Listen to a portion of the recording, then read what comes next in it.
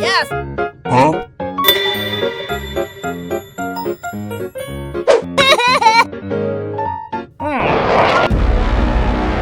Kill, sir.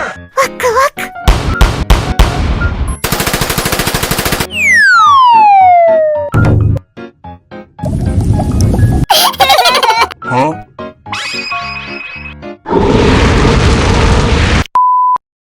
Johnny Cage. Scorpion.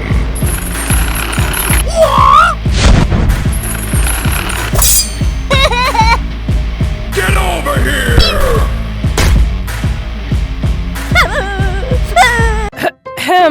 Huh?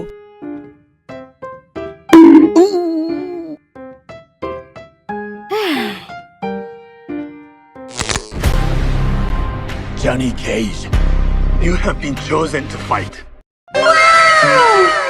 It's showtime.